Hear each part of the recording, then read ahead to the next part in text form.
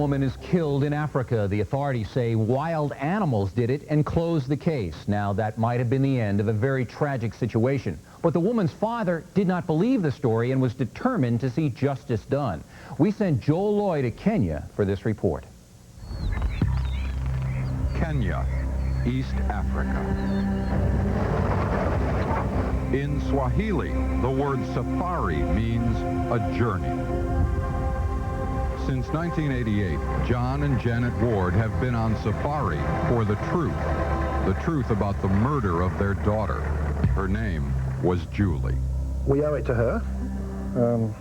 She must have died a horrible death, and I think it's partly for us as well. There is an element of revenge. At the moment, I'm not interested in justice or revenge or anything. I haven't got there yet. I still want to know what happened to her in those last 6 days. Julie Ward was a vivacious young English woman in her 20s. Now, Julie lusted for adventure. She wanted to travel and see the world. She'd been to Africa on more than one occasion, but it wasn't the tourist markets like this one in Nairobi that truly interested her. She wanted to be out in the bush with her camera. As she told her father, "Daddy, I'm going to Kenya to photograph the jumbos." The place to photograph the jumbos and an extraordinary variety of wildlife is the Masai Mara Game Reserve, a vast expanse of wilderness on the Serengeti Plain. Annually, more than 250,000 tourists visit here. Most are blissfully unaware of any serious threat to their safety. Few would argue that this is one of the most beautiful places in the world. Julie Ward loved it here. It was a place to see all the majesty of nature. But it can also be a very violent and dangerous place. In the animal kingdom, some are predators, while others are prey. And tragically, sometimes the predators walk on 2 legs. In September of 1988, Julie Ward came to the Mara to photograph the annual wildebeest migration. But Julie's vehicle broke down. While it was being repaired, Julie's traveling companion had to go back to Nairobi, leaving Julie alone. She was adamant. She said, I've traveled through Africa before, I'll be okay. One of the last to see Julie alive was American balloon pilot David Weston. After Julie's vehicle was repaired, he tried to convince her not to drive the 150 miles back to Nairobi alone, but Julie wouldn't buy it. She told me that she was going to go back to her campsite to pick her tent up and then continue on to Nairobi from there. She drove off, and that was the last I ever saw of her. Julie never made it to Nairobi. Days later, at the family home in England, her father received word by telephone that she was missing. John Ward flew immediately to Africa to help in the search for his daughter, only to discover that no official search was underway. I got very angry, as a matter of fact, and I still feel very angry about it now, because I really believe if these people had acted responsibly, she probably would be alive today. John Ward mounted his own aerial search for Julie's vehicle, first above the road from Nairobi, then over the game park itself. 6 days after she disappeared, in a remote area of the park, Julie's vehicle was found stuck at the bottom of a gully. You found the Jeep, and your daughter's nowhere in sight. What was going through your mind at that time? Well, great sadness, because I really did believe that if we found the Jeep, we'd find her, but not to be. It was sitting down the bottom there. It was locked. We strolled around here. We called her name. We all called together, Julie, Julie, but nothing. At the Macquarie Ranger outpost a few miles away, word came by radio that something had been found. John flew by helicopter to a spot he now calls the place. There wasn't too much of a left. There was a fire. I found a leg and a jaw. It was a bad day. Worst day of your life. John also found some hair and later Julie's skull. The Kenyan authorities proposed a theory.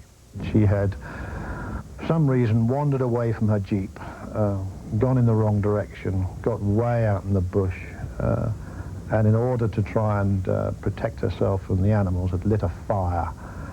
And had either been jumped from behind and pushed into it, or something. Everyone knows of the dangers of this place. Tourists are advised never to get out of the safari vehicles and set off on foot. So when Julie Ward died, it was fairly understandable when the newspapers proclaimed, "The animals are guilty."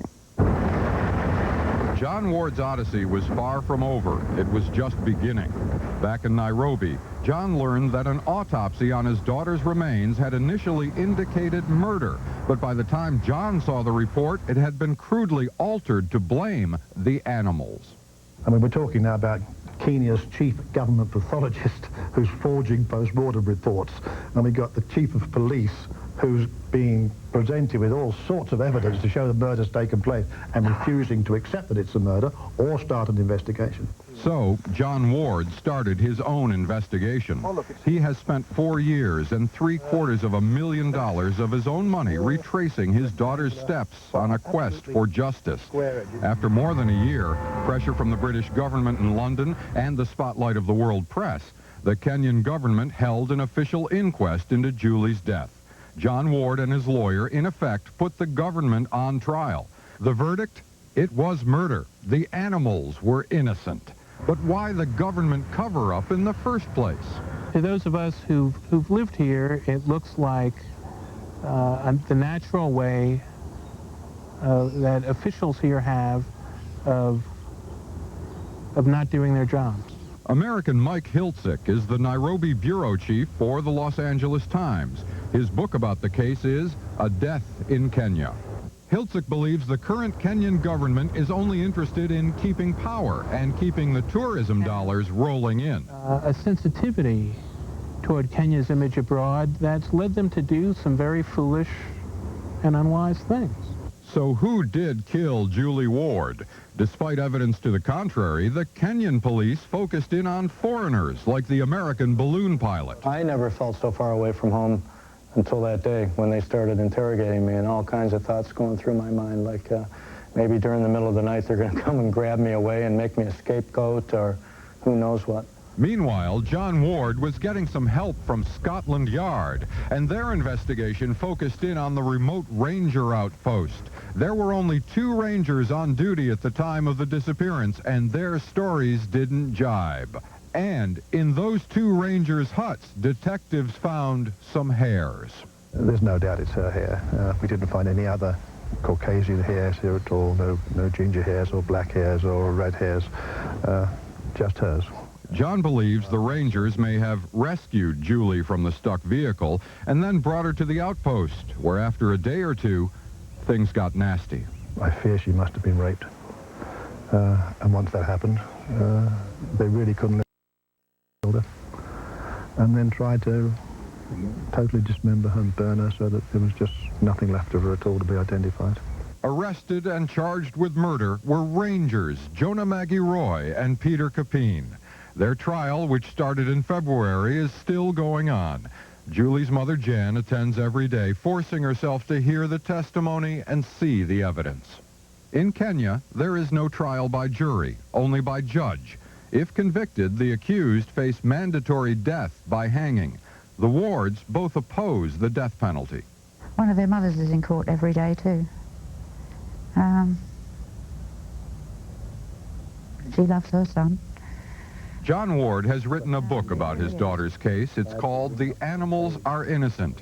And no matter how the trial ends, both the Wards feel there's more to learn about the story.